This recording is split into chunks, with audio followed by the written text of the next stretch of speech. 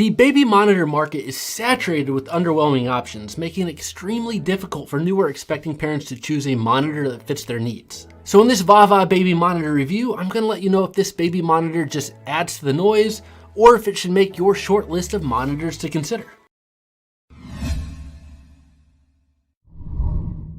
Hey, this is John with Fathercraft, where we review baby and kid gear and provide online courses to help make this parenting thing just a bit easier.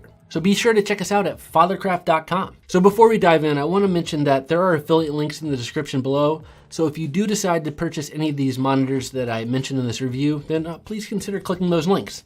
It's free to you, but it goes a long way in helping our little channel grow, and we would appreciate it. Now let's dive in. The Vava baby monitor is a non-connected monitor that goes for about $160. In the box, you get the camera, the parent unit monitor, and the power cords and adapters. Aesthetically, it's reminiscent of the Eufy Spaceview, but less squat and weird looking. The camera is designed to be set on top of a flat surface, but there is a spot underneath that can be used to mount the camera to the wall using a screw and a wall anchor. The setup is your typical camera parent unit combo, and it's super easy to connect. Just plug everything in and you're good to go. The camera resolution is 720p and is fed to a 1280 by 720 monitor with a frame rate of about 18 frames per second. Now for comparison, the human eye sees the world around us in about 24 frames per second, so the feed in the monitor is going to look a little choppy. Now this is super average. Most non-connected monitors ride the resolution struggle bus, so not much more to mention on that front. The camera has remote pan and tilt functions, but from my testing, they seem to lag a bit or become rather sticky, meaning once you press the controls, it seems like it takes a beat or two to start moving. The max tilt range is 108 degrees and the max pan range is 270 degrees. For comparison, it's on par with the baby pixel zoom from Summer Infant, but is beat out by the Eufy Spaceview, which has a 330 degree max pan range. I'll go ahead and call it an interesting, albeit in my opinion, rather pointless feature is the autopilot function. So according to the manual, this is called auto circulating, which definitely is not as cool sounding as autopilot, but honestly, autopilot doesn't make a whole lot of sense in this scenario either. So regardless, while on the surface, this may sound interesting, I'm not quite sure what you would use this feature for unless you're feeling super lazy and don't feel like holding the buttons down while searching for your baby in her nursery. Also on the face of the monitor, you have controls for zooming up to 4 times the normal focal length. Similar to the Infant Optics Pro's interchangeable lens system, there is an option to purchase a wide-angle lens which extends the field of view to 170 degrees. The parent unit also has visible LEDs that light up when noise is detected and can easily be seen even when viewed during the day, but definitely easily seen in low light situations. And there's also a push-to-talk button on the monitor as well. Within the menu functions, you have controls for volume, brightness, and an option to add an additional camera. There's also a timer feature with 2-hour, 4-hour, and 6-hour intervals. There are another set of controls within the gear icon as well. You can set the time, adjust the system sound, set the temperature scale between Fahrenheit and Celsius, and set a screen auto off timer to either 1 minute, 2 minutes, 5 minutes, or just off altogether.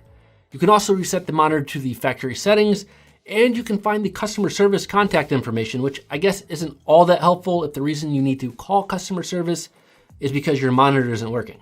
But it's there if you need it. The 24-hour battery life on this monitor is quite impressive, but to be clear, this is under normal use, meaning the video feed is not constantly on and the sound settings are set to normal levels. In display mode, the battery lasts for about 12 hours, which is still more than enough juice for everyday use.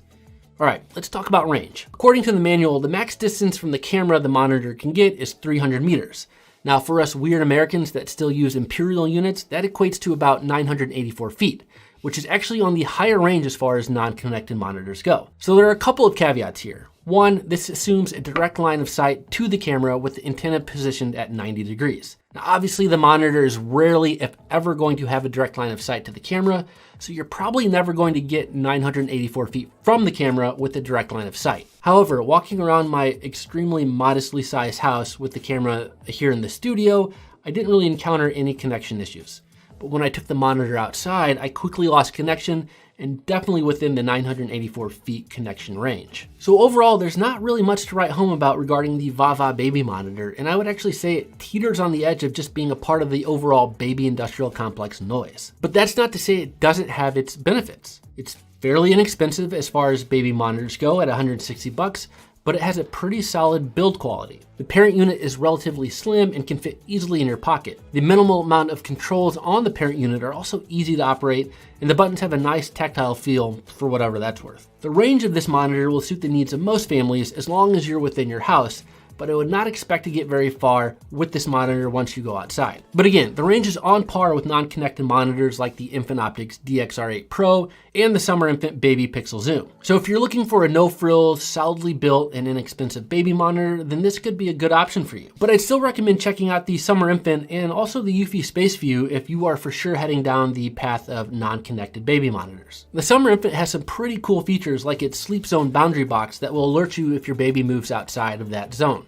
It also has voice-activated alerts, which will turn on the video feed if the noise coming from your baby's room exceeds the threshold you set within the settings. The Eufy Spaceview, along with the Summer Infant, have white noise and lullaby options. So in my opinion, those are extremely valuable features that are not available with the Vava baby monitor.